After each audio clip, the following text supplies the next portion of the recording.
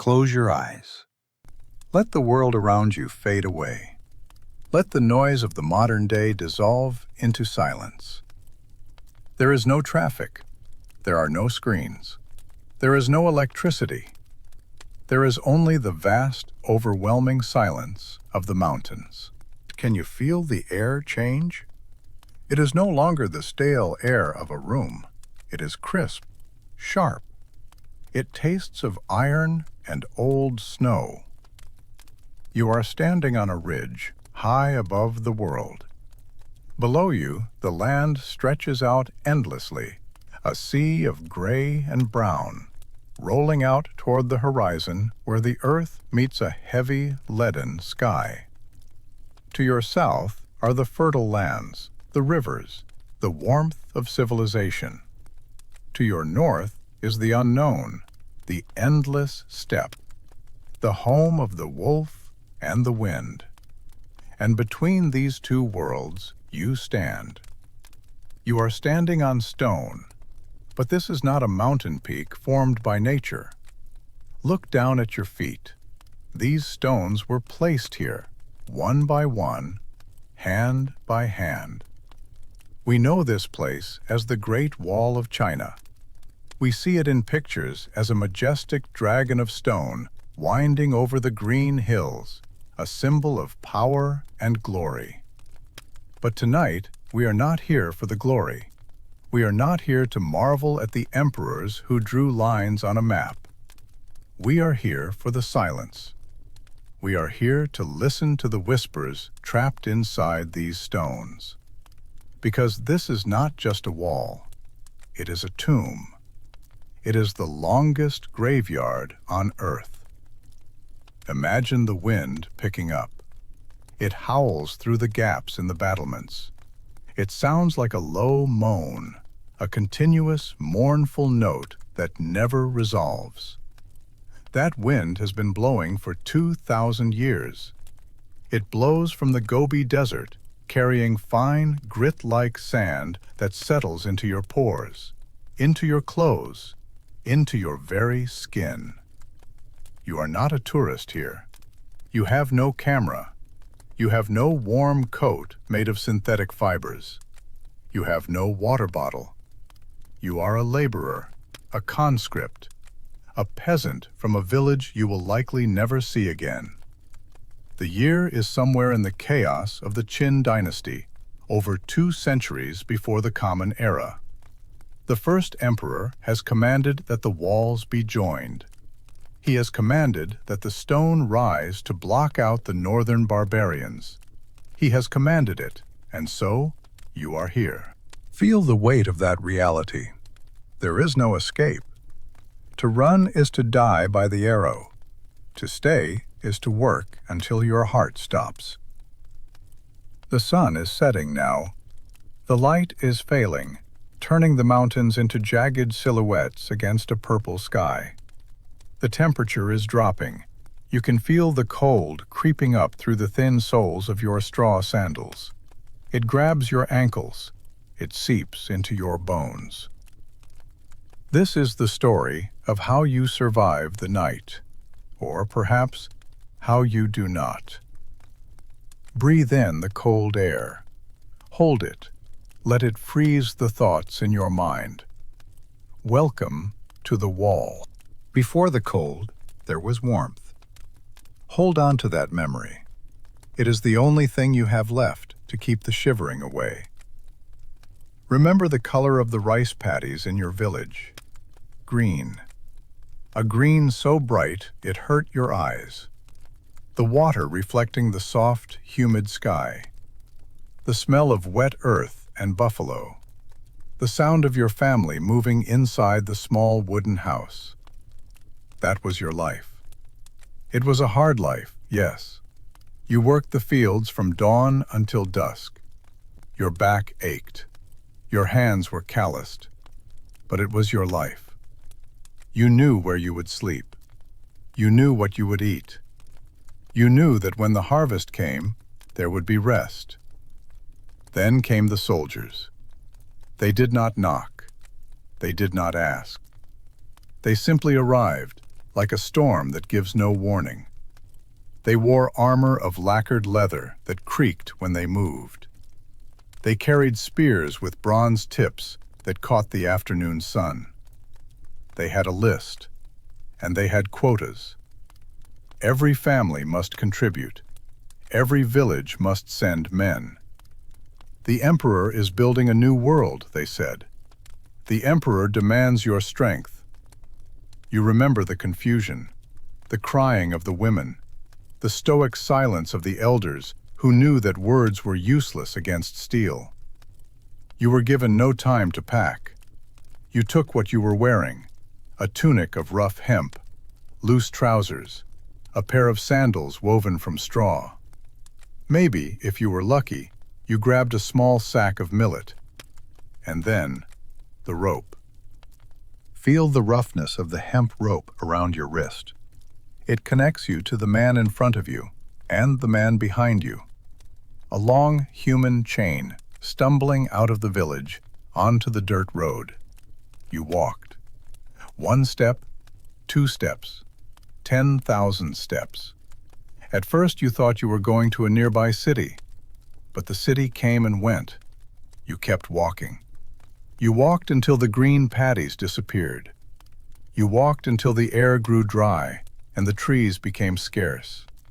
You walked until the soft earth turned into hard, cracked clay. The journey itself was the first test. It was the winnowing. The week began to fall before you even saw the mountains. Remember the sound of the marching, the shuffle of hundreds of sandaled feet on the dust. Shh, shh, shh, a rhythm of exhaustion. Your feet began to blister after the 3rd day. The straw sandals rubbed against your skin, wearing it away, raw and red. Then the blisters popped, and the dust got in. Every step became a sharp, stinging reminder of your captivity. But you could not stop. To stop was to feel the lash of the overseer's whip. You marched north, always north. As the weeks passed, the landscape stripped itself of color. The lush greens faded to dull browns and grays. The sky seemed to get higher, harder, more distant. The air grew thinner.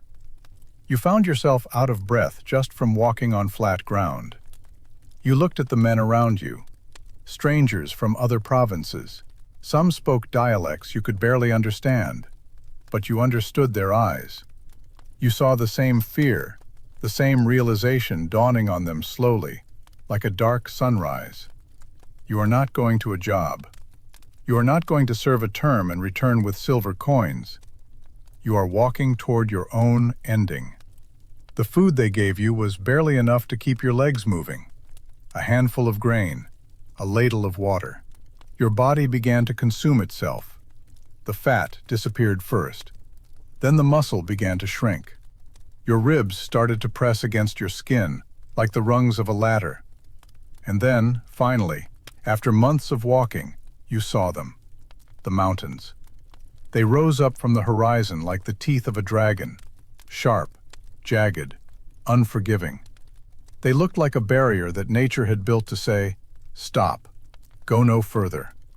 But the line of men kept moving, upward, into the shadow of the peaks. The wind began to bite. It whispered of the winter to come. You had arrived. But as you looked up at those towering cliffs, you realized that the long march was not the hardship. It was the easy part. It was merely the prelude. You stand now at the foot of the construction site. Forget everything you know about architecture. Forget the palaces with their painted beams and curved roofs. Forget the order and symmetry of the cities. Here, there is only chaos and dust. The landscape is a wound. The earth has been ripped open.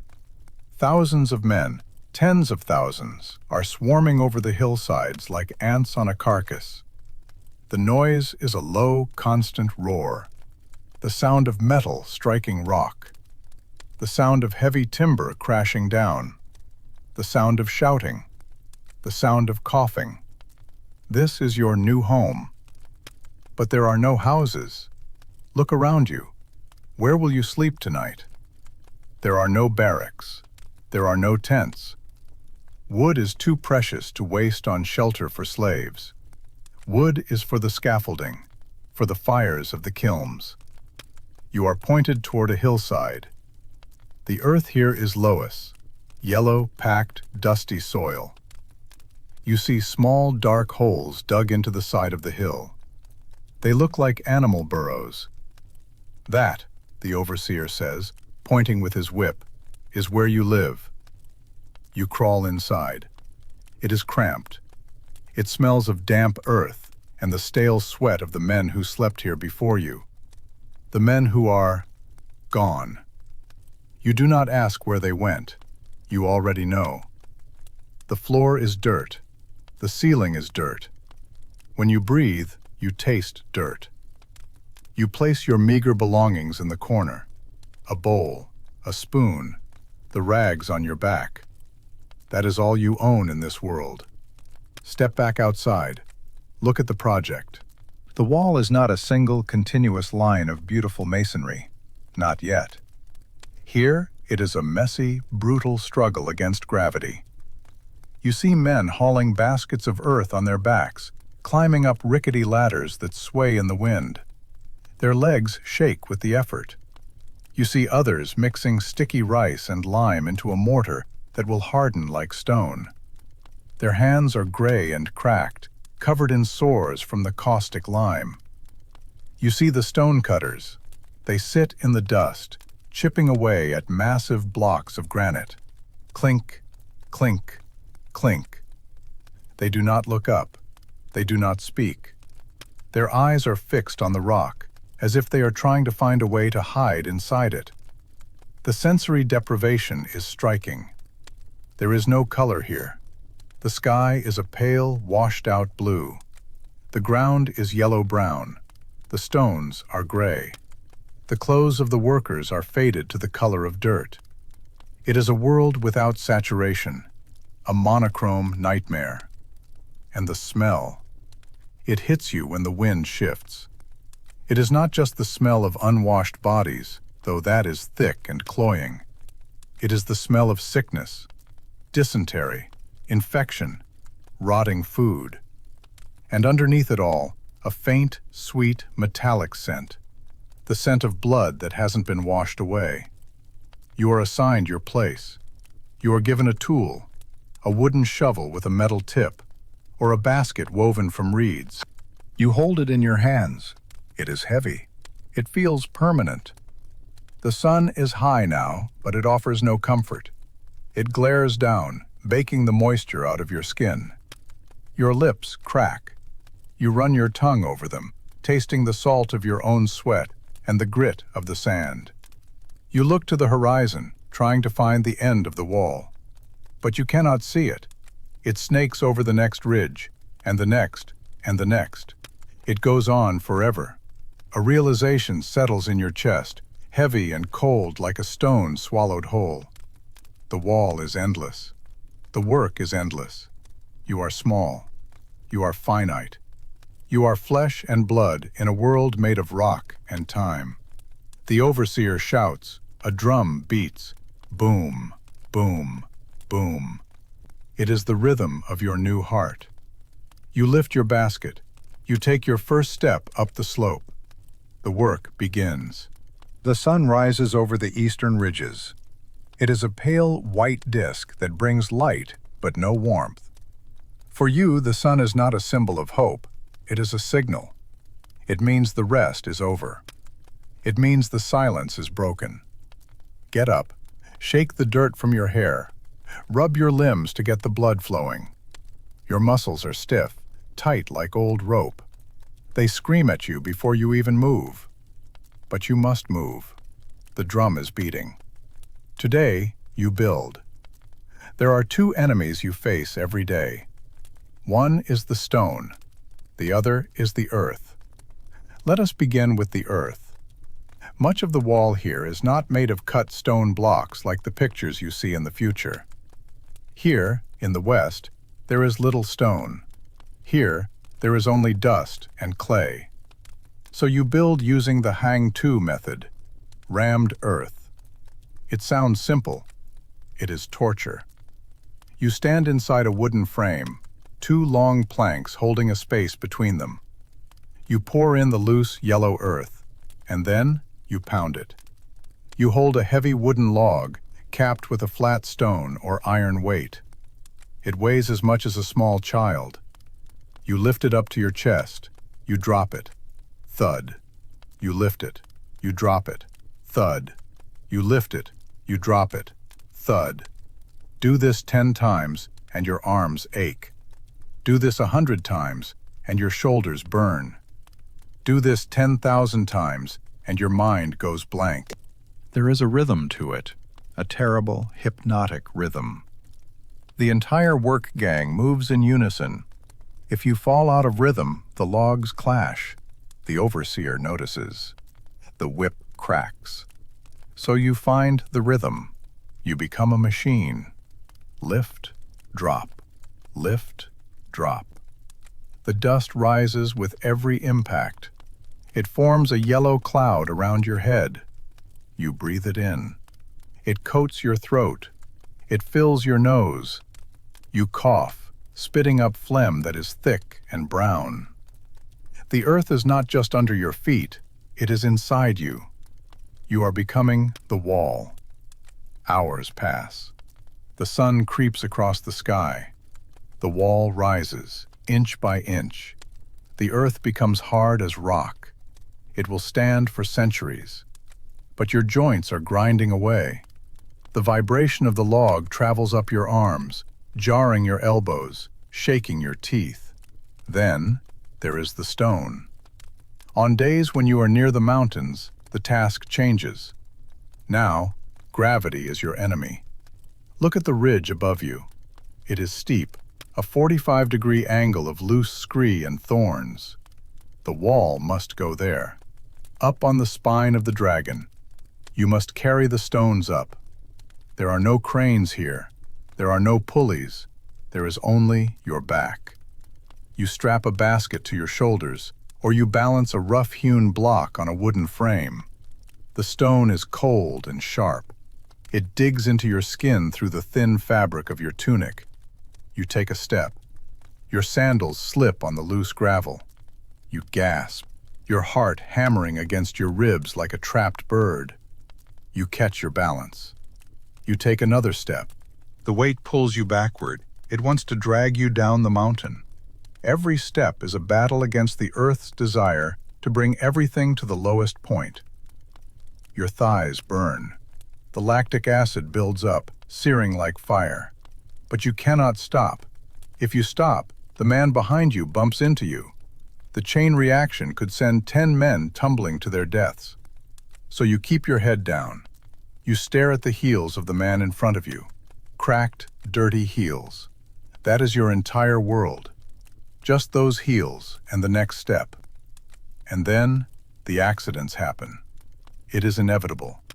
Fatigue makes you clumsy. Perhaps a hand slips. A stone falls. It crashes onto a foot. There is a scream. It echoes off the canyon walls, sharp and terrifying. You look. A man is clutching his foot. The toes are crushed. Blood darkens the yellow dust, turning it almost black. In another time, in another place, there would be help. There would be medicine. There would be rest. Here, there is only the logic of the wall. A man who cannot walk cannot work. A man who cannot work is dead weight. The overseers do not look at the man with pity. They look at him with annoyance. He is a broken tool. He is dragged aside, left by the path. Maybe they will give him water. Maybe they won't. But the line must keep moving. The stone must go up the hill. You look away. You have to. If you look too long, you might see yourself in him. You adjust the weight on your raw, bleeding shoulders. You grit your teeth against the pain.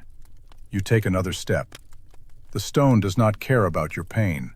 The stone only knows gravity. And you must conquer it, one step at a time.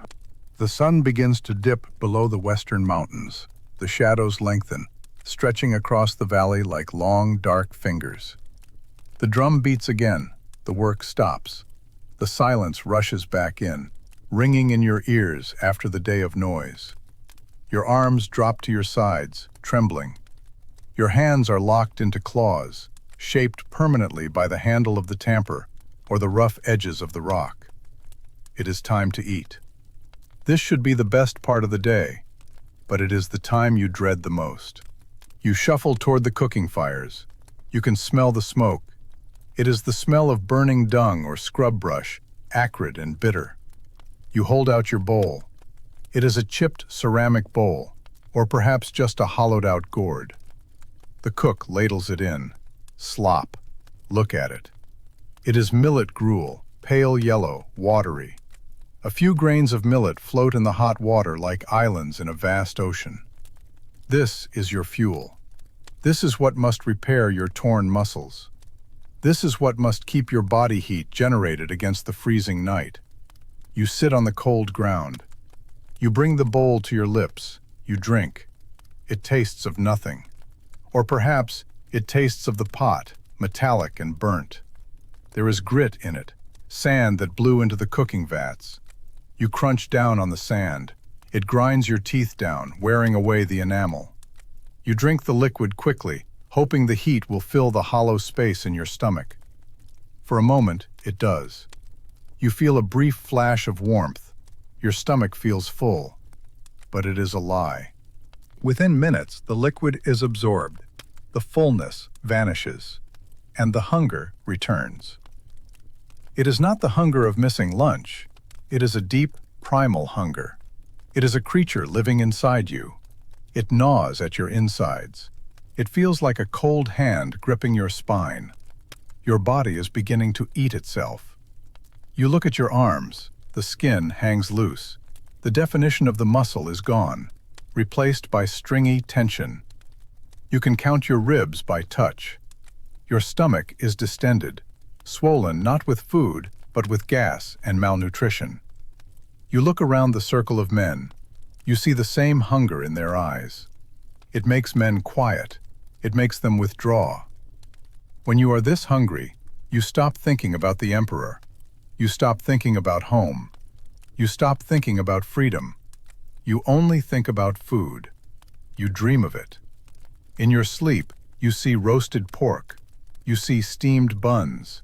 You see bowls of white rice overflowing with sauce. You can smell it. You can taste the fat rendering on your tongue. And then you wake up to the smell of dust. The desperation sets in. You start looking at the world differently. You stop seeing nature. You see calories. You see a patch of weeds growing near the latrines. You wonder if the roots are edible. You see a strip of leather on a soldier's discarded boot. You wonder if you could boil it soft enough to chew. You see a rat scurrying across the sleeping floor. In your village, a rat was a pest, something to be killed and thrown away. Here, the rat is life. You watch it. Your eyes track its movement. You feel a predator's instinct rising in your blood. If you could catch it, if you could skin it, the meat, however small, would be protein. It would be strength. You have seen men fight over a caught rat. Silent, vicious fights in the dark. No shouting, just the sound of struggle, of desperate breathing, of knuckles on bone. But tonight, you catch nothing. Tonight, there is only the gruel. You scrape the bottom of your bowl with your finger, trying to get the last film of starch. You lick your finger clean. It is not enough. It is never enough. The cold is coming now, the true cold of the night, and you have no fat to insulate you. The hunger makes the cold worse. It starts in your core. You shiver, a violent shaking that uses up even more of your precious energy. You curl up in your hole in the earth. You press your knees to your chest. You try to trick your stomach into sleeping. Tomorrow, the stone will be there. The earth will be there. The gravity will be there. But will you? You close your eyes, and the hunger waits with you, a silent companion in the dark. Time passes. The seasons turn, not with a gentle fade, but but with a violent shift. The dry autumn wind dies down. For a day, there is a strange stillness over the mountains. The sky turns a heavy, bruised purple. The birds that usually circle the camp, the carrion crows, the vultures, they are gone. They know what is coming. Then, the first snowflake falls. It lands on your arm. It does not melt. Your skin is too cold to melt it. Winter has arrived in the north. In your village in the south, winter was a time of rest. It was a time of rain, of cool mists, of sitting by the charcoal brazier, mending nets or tools. It was damp, yes, but it was gentle. Here, winter is a weapon. The temperature plunges. It drops so low that the air itself feels solid. When you breathe in, the moisture in your nose freezes instantly, crackling with every inhalation. You look at your clothes. You are still wearing the same hemp tunic you marched in during the summer. It is threadbare now. It is full of holes. It offers as much protection against the Mongolian winds as a sheet of paper. You try to wrap yourself in straw mats. You stuff dry grass into your trousers to create a layer of insulation. But the wind finds the gaps. It always finds the gaps. This is the season of the White Death. The work does not stop. The emperor does not care about the snow. The wall must rise. But now the stone is not just heavy, it is ice. When you touch the rock with your bare hands, it bites you. The skin sticks to the frozen surface. If you pull away too quickly, you leave a layer of skin behind. You learn to move your fingers constantly. You wiggle them inside your sleeves. You slap your hands against your thighs. You must keep the blood moving. If the blood stops, the blackness comes. Look at the man working next to you. Look at his ears. They are white, waxen. He does not feel them anymore. By tomorrow, they will turn black. By next week, pieces of them will fall off, like dead leaves dropping from a tree. This is frostbite. It is a quiet invader. It does not hurt at first. In fact, it feels pleasant. The burning pain of the cold stops, replaced by a numbness, a heavy, wooden feeling. You think you are fine. You think you have gotten used to the cold. But you are dying, piece by piece. The nights are the hardest. The sun sets early, plunging the camp into 16 hours of darkness. You huddle in your dugout with 5, maybe 6 other men. You press your bodies together. It is not an act of friendship. It is a biological necessity. You are stealing their warmth, and they are stealing yours. You lie there, shivering. The shivering is violent, racking your entire frame. It exhausts you more than the work. And then, the temptation comes. The cold has a voice. It whispers to you in the dark. It says, "Just close your eyes. Just relax. Stop fighting." It feels warm. You feel a strange, euphoric heat spreading through your chest. You want to unbutton your tunic. You want to lie back and drift away. This is the final trap. If you give in to that warmth, you will never wake up. You have to fight the sleep. You have to pinch yourself. You have to recite the names of your ancestors. You have to stay angry. Anger keeps the blood hot. Resignation turns it to ice. Every morning, when the drum beats, there is a moment of silence. You wait for everyone in your huddle to move. One man does not move. He looks peaceful. He is curled up like a child. There is frost on his eyelashes. His skin is blue. You do not cry. You do not mourn. You are too cold for tears. You simply take his space.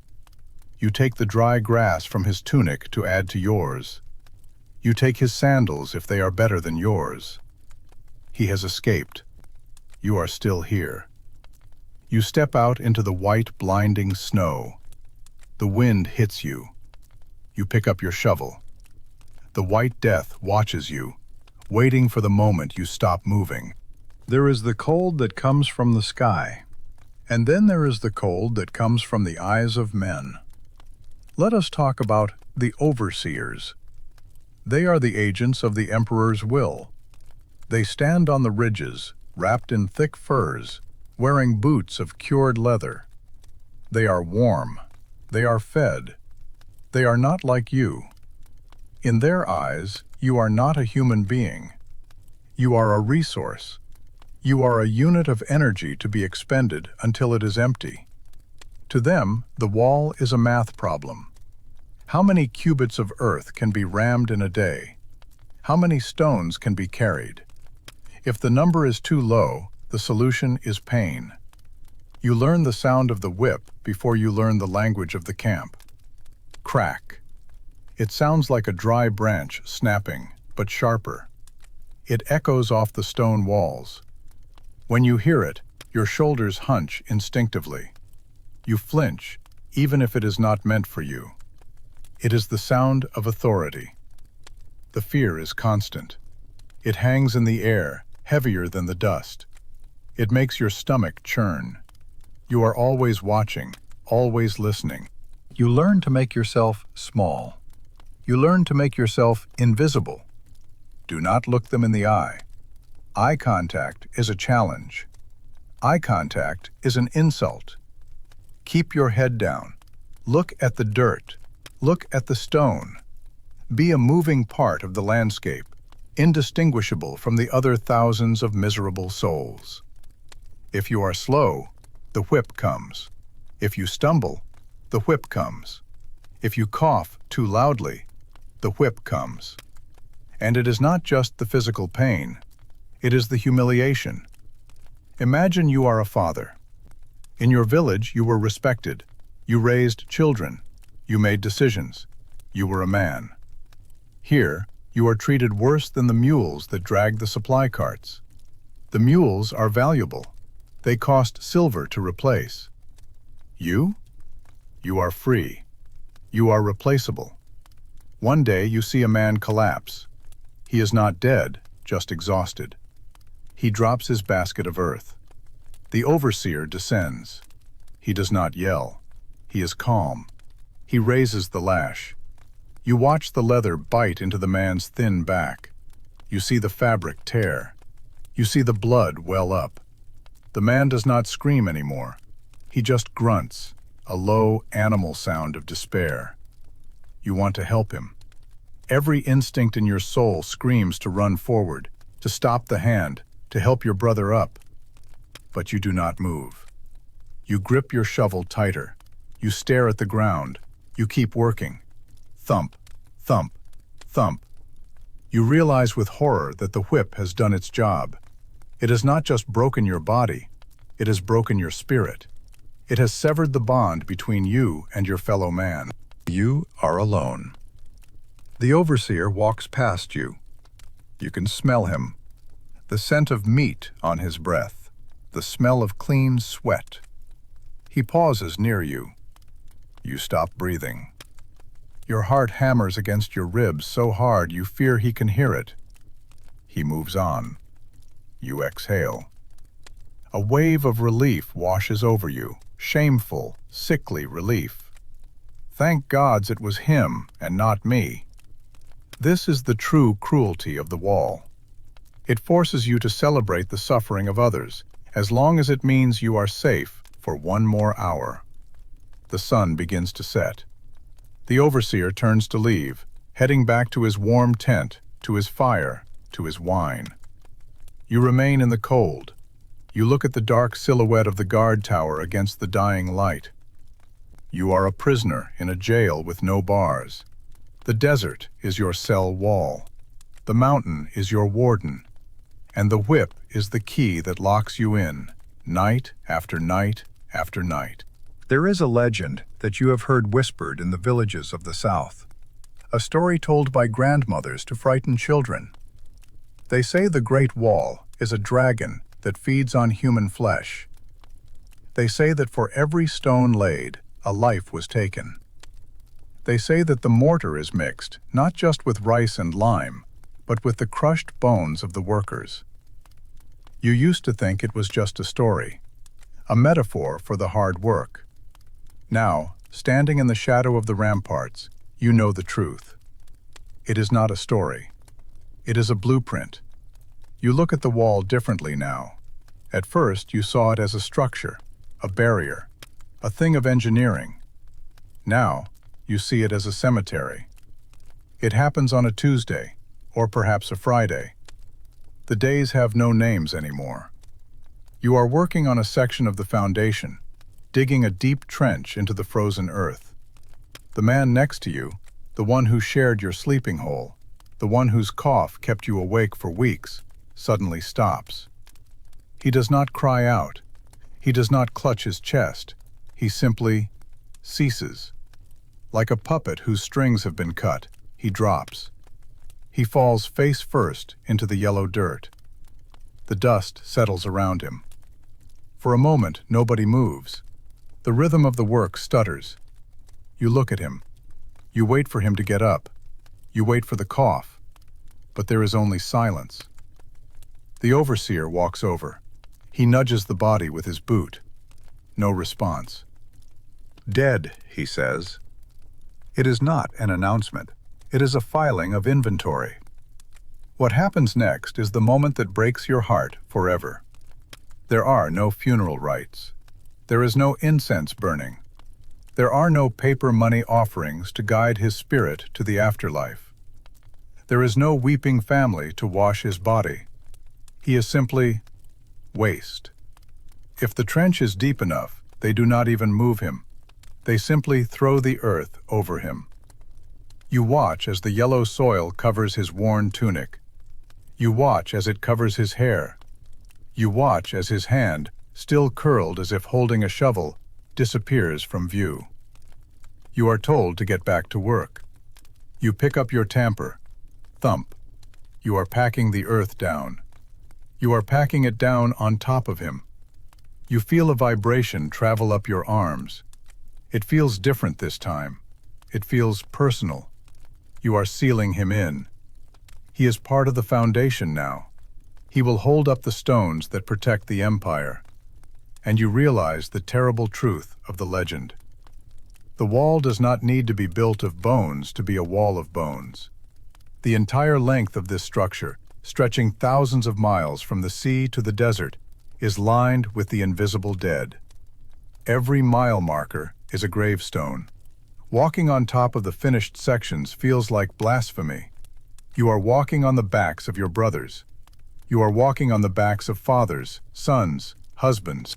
Sometimes, when the wind blows through the corbels of the towers, you think you can hear them. It is not a howling wind, it is a murmuring, a low collective hum of 1,000,000 souls trapped in the stone, asking to go home. You look at your own hands. They are thin. They are shaking. You wonder where you will end up. Will you be thrown into a ditch on the north side, to be eaten by the wolves? Or will you be buried here, in the shadow of the wall, becoming just another grain of sand in the mortar? The fear of death fades. It is replaced by a fear of being forgotten. To die is one thing. To vanish is another. Here, you do not just lose your life. You lose your name. You lose your history. You become a brick in a wall that will stand forever, silent and cold. The body can endure terrible things. The body can starve. It can freeze. It can bleed. And yet, it keeps moving. The heart keeps beating. The lungs keep drawing air.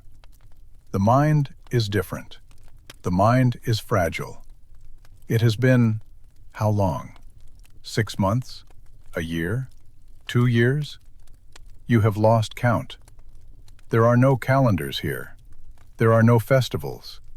There is only the cycle of the sun and the moon. The monotony is a poison. Every day is exactly the same. The same gray sky, the same yellow earth, the same gray stones, the same watery gruel. the same exhausted faces. It wears you down like water dripping on a stone. Drip, drip, drip. First, you lose your sense of time. Yesterday and tomorrow blur into one long, gray today. You cannot remember if the snow fell this morning or last week. Then, you begin to lose your memories. You try to recall your wife's face. You close your eyes and try to picture her. But the image is fuzzy. Is her nose round or sharp? Did she have a mole on her cheek? You panic. You claw at your mind, trying to drag the image back, but it slips away like smoke. You try to remember the sound of your mother's voice, but all you can hear is the wind. All you can hear is the clink, clink, clink of the chisels. The wall is erasing you. It is filling your head with stone until there is no room left for the soft things of your past. And then come the hallucinations, the mountain madness. It happens when you are high up on the ridges, where the air is thin, and your brain is starved of oxygen and food. You see things out of the corner of your eye. You see a figure standing on the next peak, a figure in bright red silk robes, a figure from the court, or perhaps an ancestor. You turn your head to look. There is nothing there, just a rock shaped like a man. You hear someone call your name. It is clear as a bell. Wei, Wei, come home. You stop. You look around. The other workers are silent, heads down. No one spoke. It was the wind.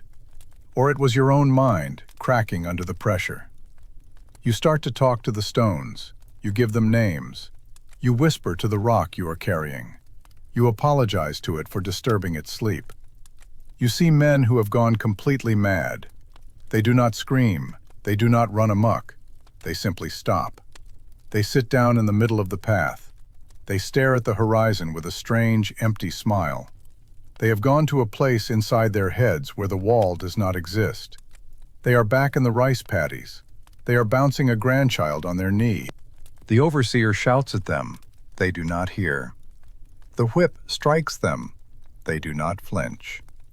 They have escaped. Their bodies are here, but their minds have fled. In a way, you envy them. You are still lucid. You are still present. You still feel the cold. You still feel the hunger. You are cursed with sanity in an insane world. You look at the horizon, at the endless line of the wall snaking over the mountains. You realize that the wall is not just a barrier against the barbarians. It is a barrier against hope. It blocks out the south. It blocks out the return journey. You stop planning for the future. You stop thinking about when I get home. There is no when. There is only now. And now is the stone. Now is the wind.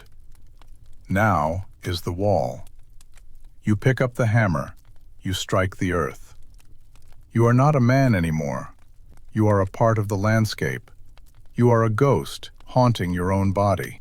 The end does not come with a bang. It does not come with a scream, or a battle, or a great announcement from the heavens. It comes on a night just like any other. The work is finished for the day. The sun has dipped below the jagged horizon, leaving a streak of blood-red light that slowly fades into the bruised purple of the twilight. The wind picks up, whistling through the gaps in the stone, singing its ancient, mournful song. You sit down. You lean your back against the wall you have built. The stone is cold, but tonight it feels solid. It feels supportive. It is the only thing that has held you up for so long. You look at your hands. They are resting on your knees. They are still. For the first time in months, they are not shaking. They are not gripping a shovel. They are not clutching a bowl. They are simply resting. You realize you are too tired to stand up. You know you should get up. You know you should walk to the fire. You know you should fight for your share of the gruel. But the distance to the fire seems so far. It seems like a journey across an ocean. and you have no more journeys left in you. A strange sensation washes over you. The biting cold, the enemy that has stalked you all winter, suddenly changes its nature. It no longer hurts. The sharp needles of the wind soften.